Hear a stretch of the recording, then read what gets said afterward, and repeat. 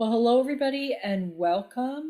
This is our mental fitness class on understanding your saboteur assessment. So, your saboteur assessment is free. You can take it anytime. How you get to it is to go to the Positive Intelligence site, and I'll show you how to get to it in a second.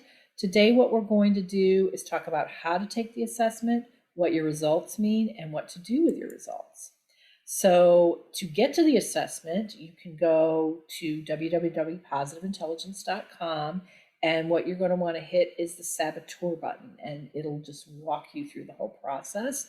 If you're on a phone, you just make sure that you go to the three lines here when you get to the website and click the Saboteurs button, and then it'll just ask for your email, and it will walk you through the assessment, and then it will send you a link to your results in your email after you're done. So when you get your results, you're going to see something that looks like this. So this is a picture of one of my results when I took the assessment.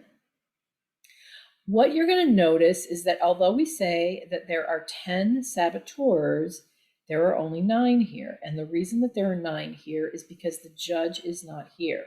The judge is universal and primary. So the judge saboteur is the main saboteur. The judge is the saboteur that tells you things are bad, that looks for threats, and these 9 are your accomplices. So the way this program works is the judge is number 1. Everybody has the judge, but everybody has a different, unique combination of accomplices that support the judge. So the way you might react when you have a stressor and the way I will react when I have a stressor will be different based on our accomplice saboteurs. A lot of people wonder what these numbers mean, and they wonder if it's a sort, or if I get 7.5 but you get 9, does that mean one of us is better than the other? And are we on a mission to get our numbers down? So what do these numbers mean? And the thing to keep in mind is the higher numbers represent how clearly you can hear the voice of that particular saboteur. So in this assessment, when I took it, I'm hearing the voice of my hyperachiever saboteur at a 7.5, which is the highest. It's the one I hear the loudest. My pleaser, I hear the second loudest. And then these other ones I still hear, but I don't hear as often. And I don't hear victim or restless at all. That doesn't mean they're not there. And that's something to understand. So sometimes you'll hear people say the ones at the top are the loudest, but I like saying the ones at the top are the ones that you hear more clearly, because we have some people take the assessment that are very obviously dealing with some of these saboteurs, but they're not aware of them because they're so caught up in them. And so they may score a 0 on something that they're displaying very obviously on the outside because they're completely unaware and they just haven't tuned into it yet. So if you have higher numbers than someone in your pod and you're feeling a little bit jealous about that, one thing to think about is the higher numbers are a representation of your attunement. They're a representation of how much you can hear the saboteur. It doesn't necessarily mean that you're more hijacked than the other person is. I guess what it would more accurately mean is you're more aware of the hijacking voice than others. That could mean that you're more hijacked, but it could also mean that you're just more aware of the hijacking voice. And so that's kind of what the numbers mean. So with that, don't sweat it, because your goal is to hear the voice and increase your awareness around it, no matter what the number is. What you do with your saboteur assessment typically is you're going to focus on using your saboteur interceptor and focus on your top 2. And the reason is that your top saboteurs are likely reflections of the core ways that you unintentionally get in your own way. So what we're doing is we're showing the manifestation of your survival belief system. We're showing the things that kind of your entire self-saboteur programming revolve around. Usually it's your top 2 saboteurs that represent the core of that. So any effort that you put into intercepting your top 2 saboteurs is going to pay off in spades. The saboteurs lower on your list likely support your top saboteurs. So for example, maybe my achiever here is my top, but I have a pleaser down a couple.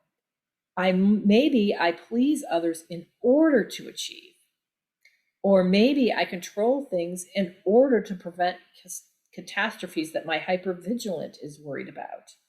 Or maybe the reason I have an avoider is because my victim is telling me that my actions won't matter. Nobody will pay attention to them. So the saboteurs do dance together, but often they do it in service of each other. So that's an interesting thing to discover over time. However, you don't have to get it right to make progress. All you're trying to do is build your awareness and hear what the voices are saying and question them. So usually working on your top saboteur will change the dynamic with all of your saboteurs since they're all connected in your survival strategy. A few additional tips. Your accomplice saboteurs are born from strengths that are overused in response to threats. So every one of your accomplice saboteurs is often a representation of your greatest strengths overused. So for example, if you have a hyperachiever saboteur, you're probably really great at achieving things. And one of the arguments that saboteur will make to you in your head is you need me in order to achieve. But it turns out that when you allow your hyperachiever saboteur to take over, although you may achieve a lot, there's a huge cost associated with it. And if your sage is using your achiever strengths instead of your hyperachiever saboteur, you actually tend to achieve more and you don't have as much of a cost. In fact, you usually don't have any cost. You're able to achieve much more and you're able to do it more peacefully and more collaboratively. So the overuse of strengths from a place of fear, which is how your saboteur uses your strengths, tends to actually get you the exact opposite of what you intend. We talked about the hyperachiever. The hyperachiever says, you need me because I help you achieve and I promise you success. But what the hyperachiever really results in is a lot of feeling pressured. The avoider promises peace. If you don't deal with this, you'll be able to relax. But the avoider tends to deliver guilt instead. The pleaser is after love. This will make somebody like you. But all the exhaustion, doing all those things that people don't want you to do anyway, tends to deliver you resentment. Ongoing reflection and awareness of your saboteur voices and continuously questioning them is the key to personal transformation. A lot of people wonder, how often should I retake the Saboteur Assessment? So the thing to keep in mind is that retaking your assessment will often reshuffle or slightly change your numbers, but you can do this manually in your app by reassigning the 2 that you want to work on. So if you have one further down your list than your top 2 places and you want to work on that one, you can simply change the focus in your app. If you take the assessment a few times, that might be valuable, but if you end up taking it too many times, you'll likely start subconsciously manipulating your results because you're growing your knowledge of this material as you continue to learn it, and so it's going to become pretty obvious what the questions are pointing to. So really, retake your assessment maybe once or twice after a few months, but then there's really no need to continue to retake the assessment because you already know everything the assessment has to teach you, and the goal is to continue building your self-awareness. Ultimately, we all have a little bit of all of the saboteur voices inside of us, so you'll want to be discovering all of them within you at their various levels of strength. Some won't be very strong, some will be stronger, but that discovery process will ultimately give you a visit with each one of them. So you'll learn them all fairly well. over the course of time. The thing to keep in mind is your saboteurs are just worried voices. So where do we want to get to? We want to get to that point of feeling a level of inner peace. You'll still hear those worried voices in your head, but you'll know that you're making progress when you're able to feel calm inside and acknowledge it as just a worried voice. Your job is to notice that voice, calm that voice down, because it's a worried voice in response to a threat or a perceived threat, and you want to catch that judge because that judge is who is perceiving the threat. You want to catch the judge, you want to look around, see if there's a real threat, but if there's not a real threat, reassure. Tell yourself immediately how you'll be safe, and don't get seduced by that whispering voice of worry.